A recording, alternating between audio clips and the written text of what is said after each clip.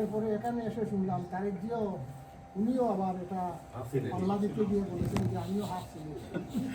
তো এখন কি আপনি মনে করেন উনার কথায় আপনার কোনো বুথের কোনো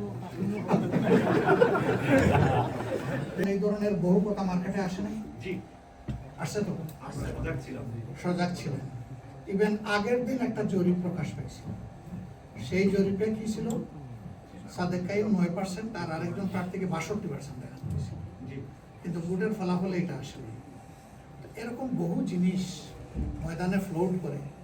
বাংলাদেশ একটা বৈচিত্র্যের দেশ, আমরা আশা করি সকল বৈচিত্র্যকে ছাপিয়ে একটা নির্বাচন হবে ইনশাআল্লাহ।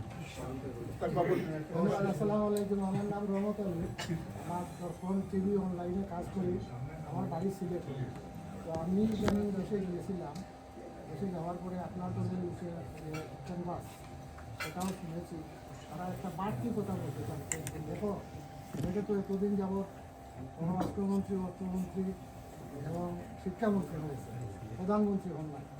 এখন যদি জমাত ক্ষমতায় যায়, তাহলে এজ এ চিফ আপনি প্রধানমন্ত্রী হবেন, তার মানে সিলেটের একজন প্রধানমন্ত্রী হবে, এই কথা শুনছি। এরপরে এখানে এসে শুনলাম তারেক জিয়াও উনিও আবার এটা পাল্লা দিতে গিয়ে বলেছেন যে আমিও হাফ ছিলেন।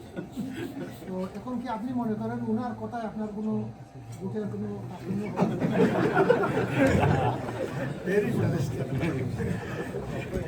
Very joking question. এই ভাই বলেছেন যে এবার উনি সিলেটে গিয়ে শুনেছেন যে আগামীতে প্রধানমন্ত্রী সিলেট থেকে হওয়ার সম্ভাবনা। আরও কিছু ব্যাখ্যা উনি দিয়েছেন, ওটা বলতে যাচ্ছি না।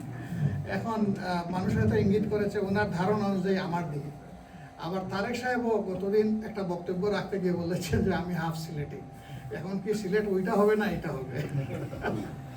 হাফ হবে না ফুল হবে, জনগণ ডিসাইড করবে, নাম্বার 1। নাম্বার 2 হলো, আসলে আমরা বা এটা বিশ্বাস করি না, ক্ষমতা আমরা চাই না। আমরা চাই মানুষের একটু সেবা করতে।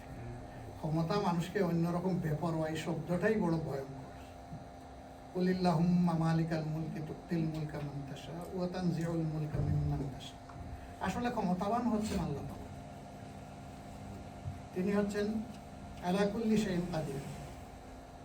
আমরা দুনিয়ায় যারা মানুষের একটু খেদমত করি, আল্লাহ একটু সুযোগ দেয় সমাজটাকে শৃঙ্খলার মধ্যে আনা, শান্তির মধ্যে আনা, আল্লাহ তাআলার পছন্দ অনুযায়ী বান্দাদের উপর ইনসাফ করা, এটার জন্য আল্লাহ সুযোগ দেয়। যারা এই সুযোগের সদ্ব্যবহার করে আল্লাহ তাদের মর্যাদা বাড়িয়ে দেন, যারা করতে পারে না আল্লাহ তাআলা তাদের শাস্তি দিয়ে সরাই দেন। তো আপনি যেটা বলেছেন এটা জনগণের উপর নয়, এটা আল্লাহ তাআলার হাতে। তবে জনগণ অবশ্যই তার পছন্দ ব্যবহার করতে পারবে। জি ভাই, আপনি প্লিজ। আমি আমার পরিচয়টা দিয়ে আবার পরে আপনি